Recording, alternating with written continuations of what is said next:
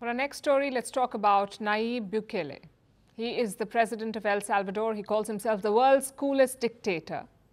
Since coming to power, he has made some radical moves. He ended gang violence in his country. He wants to build a Bitcoin city, and now he has a new plan. It's about attracting foreign talent.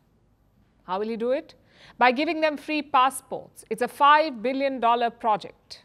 Here's how it will work.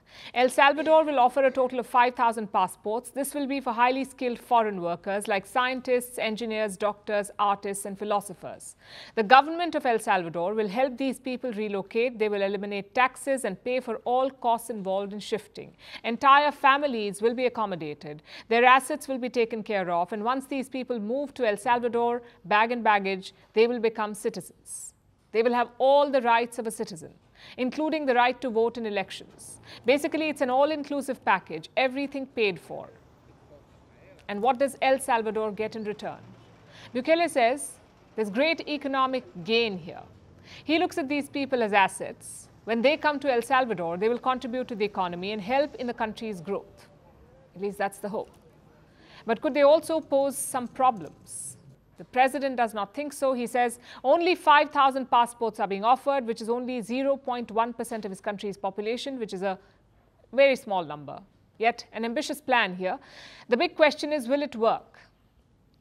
Because importing talent is not a new idea. Countries do it all the time. They offer perks, better economic opportunities, a better standard of living, and El Salvador is now trying to do the same. But is this country on anyone's radar? This is El Salvador on the map, the smallest country in Central America, also the most densely populated. In the 1980s, it was rocked by a civil war. At least 70,000 people died. But that wasn't the end of violence. Until recently, gangs ruled the streets. People died daily. El Salvador had a very high murder rate, the highest in the whole of Latin America. Reports say people were scared to leave their homes. And when they did leave, they left the country altogether.